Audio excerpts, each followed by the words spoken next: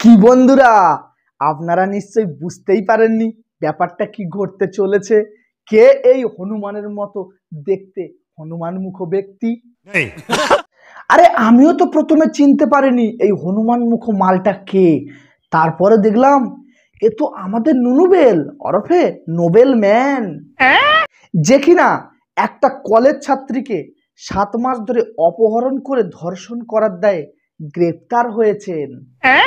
আরে কাকা নয়, হ্যাঁ এটাই বাস্তব, এটাই হচ্ছে নোবেল ম্যানের ট্রেন্ডিং নিউজ যে নোবেল ম্যান ধর্ষণের দায়ে গ্রেপ্তার।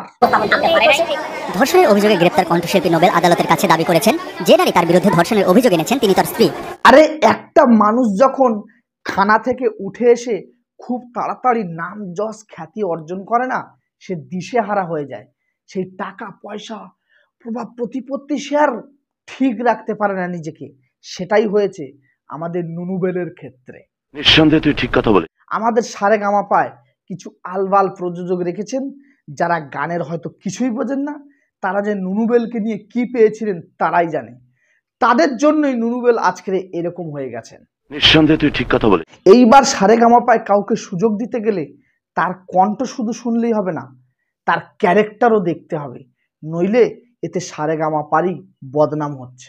নিঃসন্দেহে তুই ঠিক কথা বলে। আর এই নুনুবেলের মতো মালরা জীবনে কোনোদিন শুধরাবেন না।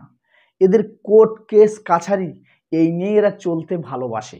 এর আগে কতবার কোর্টে গেলেন আর কতবার জেলে গেলেন, তবুও বদনাম হলো, তবুও শুধরলেন না। লজ্জা লাগা দরকার।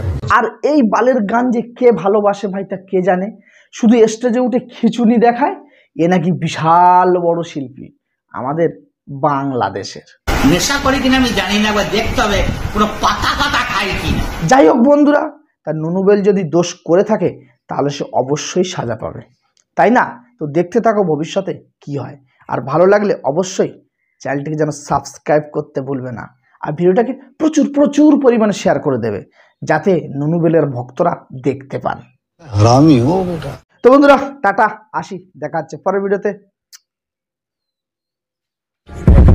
I got broads in Atlanta, just to the lean the family, credit cards and the scammers, hitting the licks in the bank.